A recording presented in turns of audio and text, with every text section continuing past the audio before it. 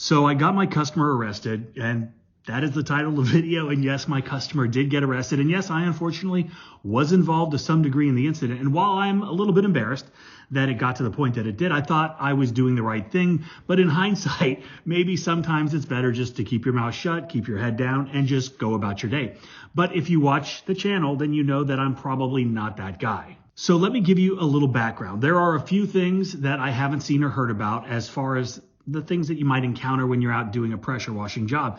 And what I'm about to share is one of the things that I'd never seen, right? And some pretty crazy stuff, and something that I was totally unaware of until about 4 weeks ago when I got a copy of one of our pre-inspection forms from one of the guys, because he was pretty concerned with what he had found at the house that he was about to start cleaning. So he asked me to take a look and let him know what I thought and how he should proceed. So I got the email, I opened it up, I scrolled down to the pictures, and this is what I saw.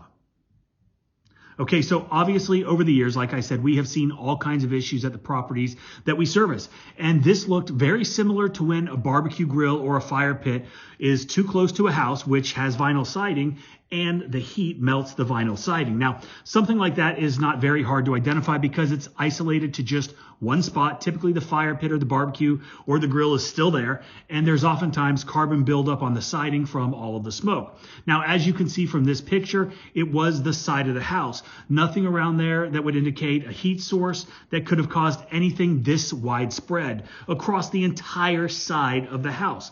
So the homeowner obviously was notified that there was an issue. Not that they didn't know, but this is something that we do at every single property that we step foot on to ensure that we are not held responsible for any pre-existing conditions or anything that we could possibly be blamed for as a result of the services that we provide. Even things that are not even in the scope or the realm of possibilities, right? We document everything like this strange looking distorted siding, and we always notify the customer through our inspection form. And then we proceed based on the given situation.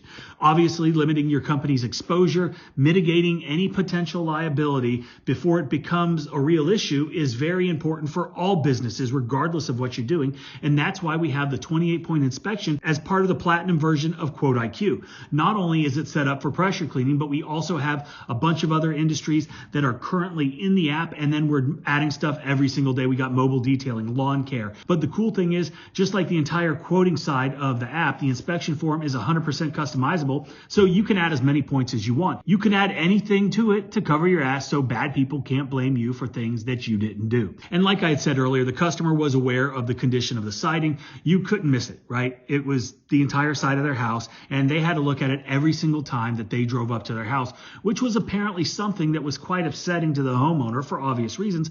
But when I brought it up, he kind of brushed it off, was a little bit annoyed that I even mentioned it, and said that they were trying to figure out and just to wash the house.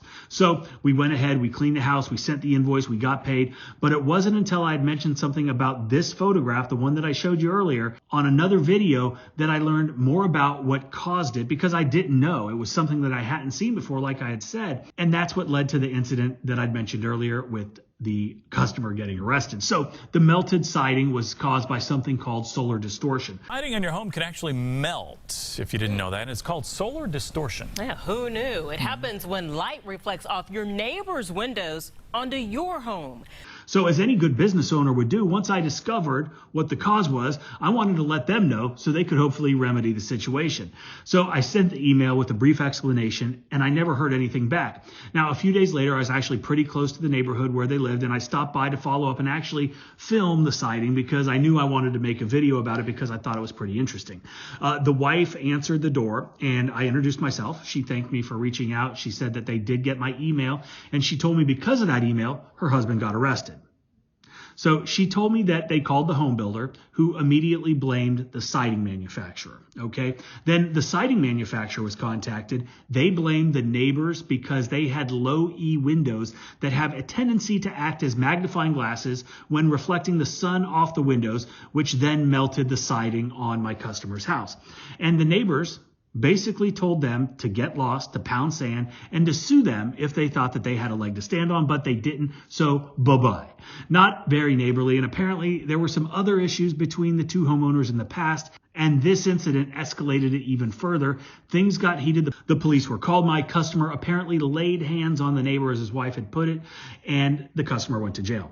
So this is a pretty odd scenario, police and anger issues aside. And while apparently it does happen more often than you would think, this phenomenon is in fact caused by the neighbor's windows. And while I'm not a lawyer or a judge, so I don't know the legality of who is actually responsible, but I'll get back to that in a second. So this is what happens. Concentrated sunlight reflects off the energy efficient windows, or low E windows, and onto vinyl siding, which can create enough heat to melt the siding and distort it.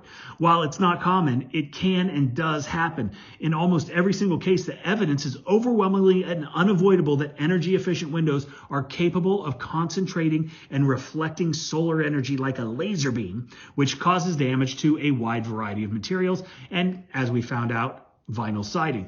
Now, the important takeaway here is that this phenomenon is not caused in any way by the vinyl siding or by any chemical reaction caused by the detergents used by pressure washers when they're out doing their job.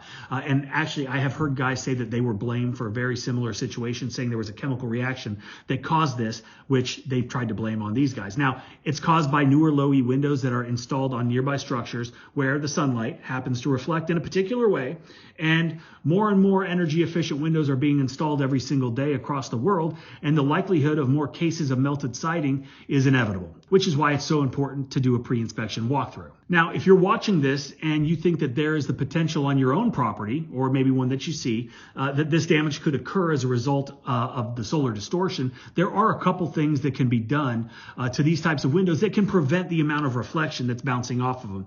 The unfortunate thing is most of the time it's not your property that's causing this type of problem, right? It's your neighbors. And as we all know, not all neighbors are friendly, and they might not be willing to spend more money on their house just to prevent damage, especially when they hate you like this guy's did. But here are a couple things that can be done to help prevent this. First thing that you can do is protect your house by blocking the path of sunlight. Either do this with window screens or some kind of shading.